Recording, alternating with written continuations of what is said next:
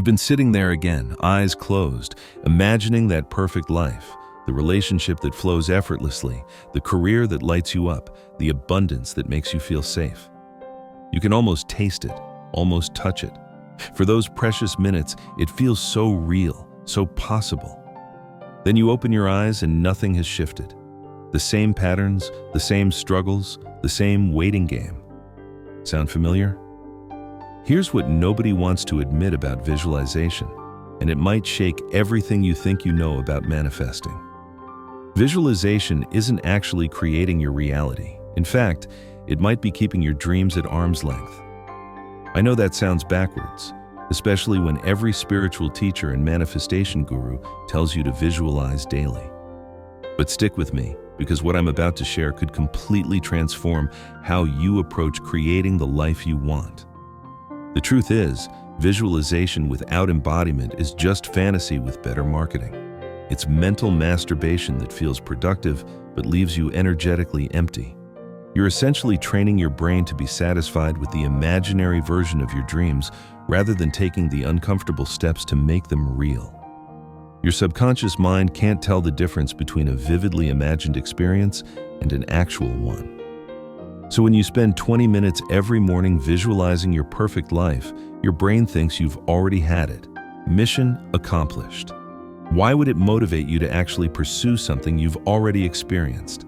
This is why so many people get addicted to the visualization process itself. It becomes a substitute for action, a comfortable hiding place where dreams feel safe because they never have to face reality. You get to be the hero of your own mental movie without any of the risks, challenges, or growth that come with actually pursuing what you want. But here's where it gets even more twisted.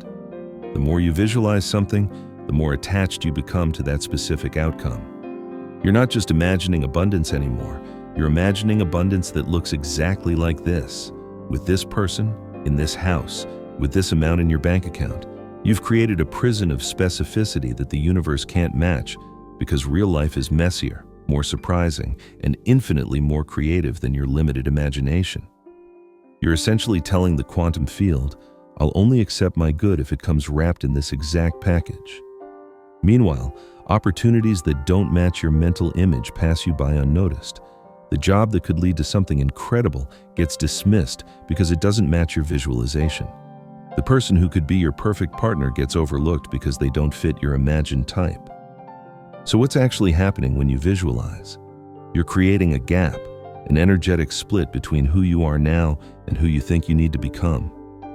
Every time you close your eyes and imagine being different, having more, living elsewhere, you're reinforcing the belief that your current reality isn't enough.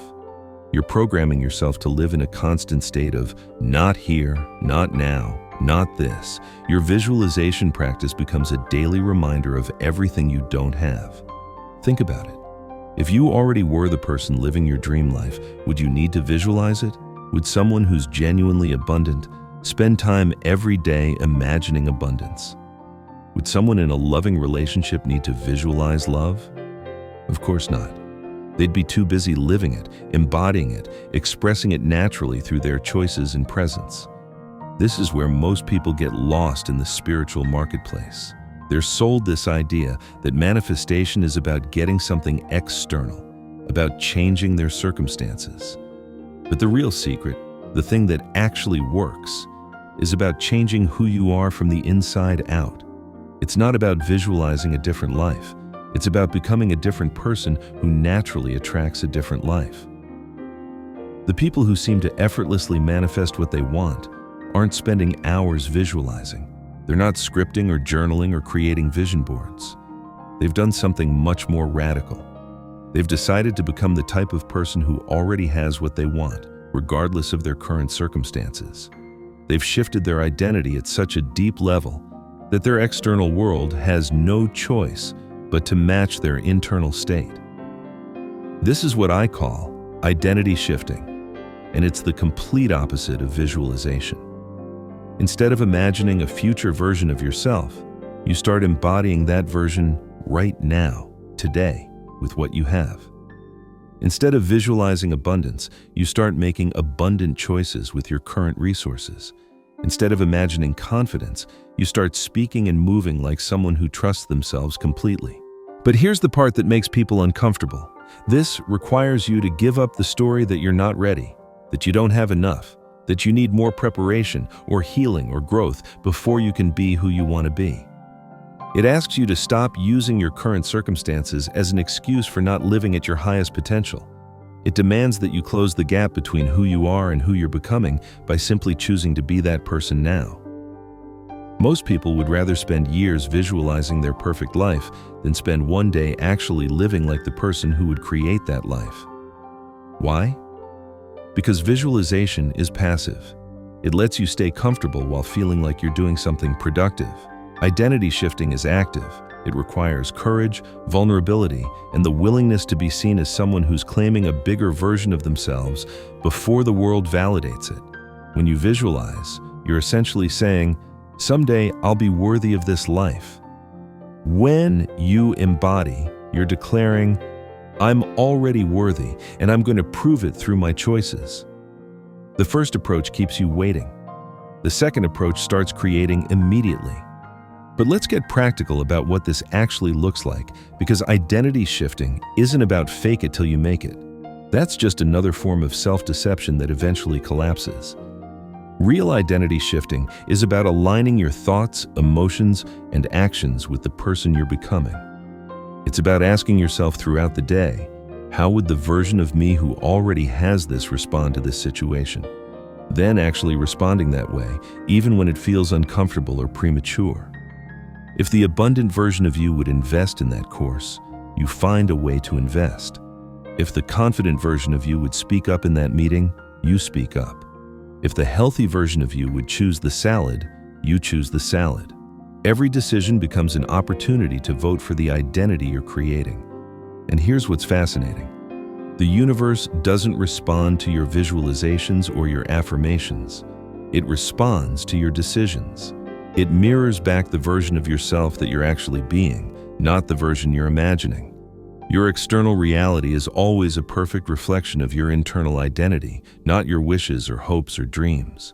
This is why some people can visualize for years without seeing results, while others seem to manifest effortlessly. The visualizers are stuck in the gap between imagination and reality. The manifestors have closed that gap by becoming the person who naturally attracts what they want. They're not trying to get something, they're expressing something they already are.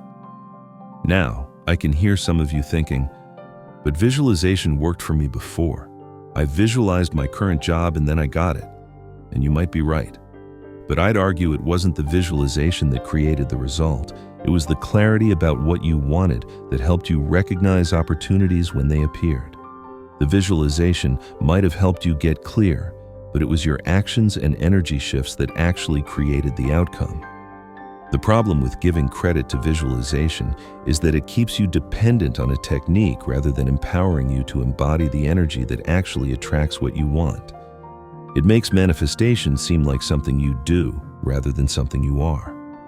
And when you make it about doing, you can easily fall into the trap of doing more.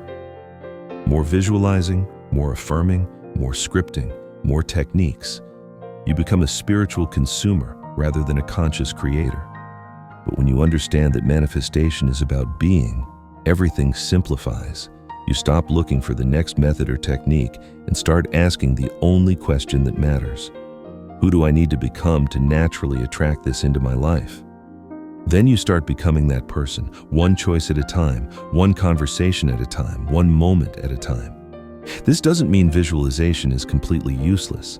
It can be helpful for getting clarity about what you want or for rehearsing how you'll feel when something happens. But it should never be your primary manifestation tool. Think of it like looking at a map before a journey.